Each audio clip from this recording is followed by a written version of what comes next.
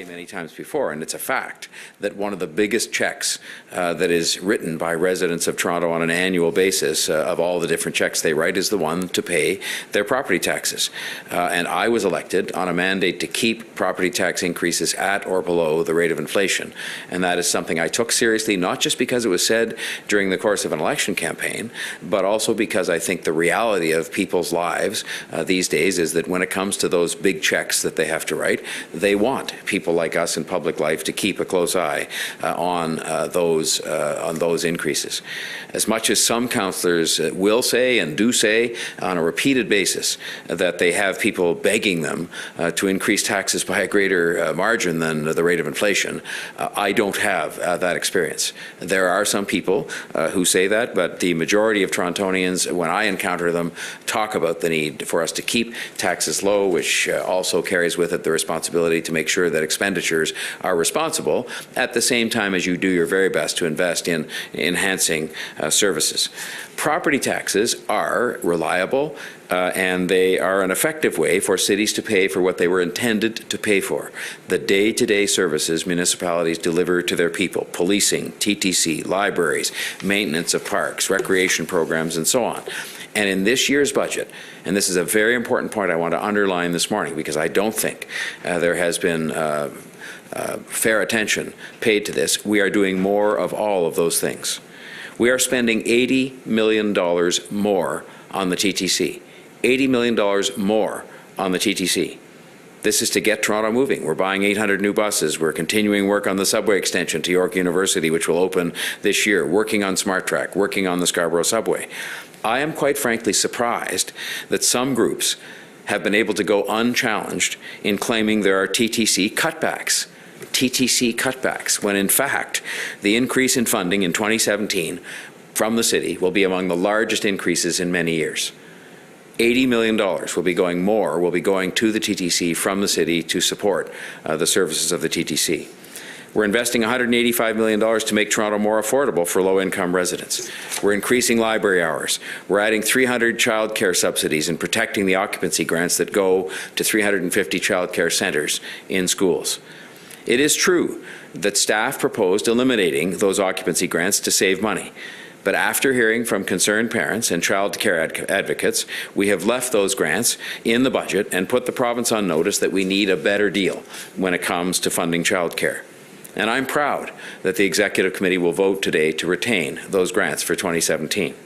It shows that we listen to our residents, that we can be reasonable, that the budget process does work, and that I, for one, am prepared to acknowledge that I listen to my council colleagues, including somebody who's been a steadfast advocate on this, like Janet Davis. And I think that it is also time, however, for us to acknowledge that we have to work much harder to get the province to step up and assume its rightful role in financing things like these occupancy costs. And so I welcome the advocacy of those I join in urging the province to act on more childcare funding, including some of my colleagues on City Council. The Premier's stated promise, which she reaffirmed in her letter back to me of yesterday, to add more childcare, and her long-standing core values that I've been exposed to in my many conversations with her, leave me optimistic her government will do more and will do it soon when it comes to childcare. And I would respectfully suggest that those who invest their time in political theatre here at City Hall might best spend their time instead playing a greater role in the advocacy at Queen's Park and Ottawa when it comes to childcare, because that is where we're going to get the boost we need to do more for families that are waiting for affordable childcare in the City of Toronto.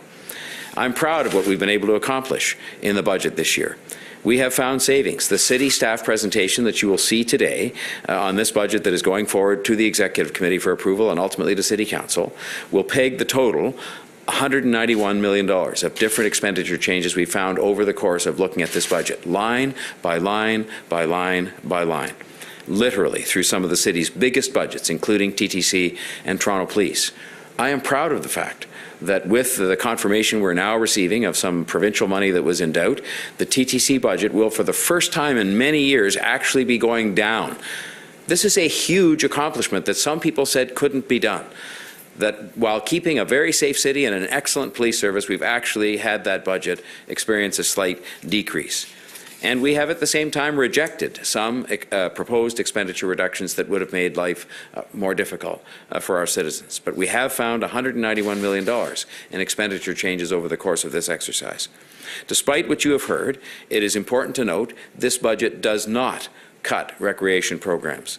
This budget does not cut funding to the arts and culture. The budget does not cut security for Toronto community housing or cut library hours. This budget leaves every shelter the city currently funds open and funds several new ones, which in fact have been opened in recent weeks. I've been at them. The budget leaves every fire station, all 83 of them, open. And this budget leaves all 100 of the city's public libraries open, more of them with expanded hours and programming offerings. We still have work to do until the budget wraps up. We will have a discussion today, but we have lots of work to do, and it's all going to be seen by the public.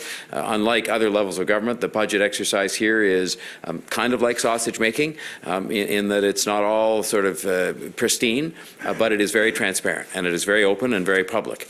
And I'm proud to say that in the end, the bottom line on this budget is, and I think it is very important that these facts be put across, as opposed to some of the alternative facts peddled by those who have a political interest, that in fact we are investing more in childcare, more in transit. We have found substantial savings in order to help us make those additional investments. And those things are facts.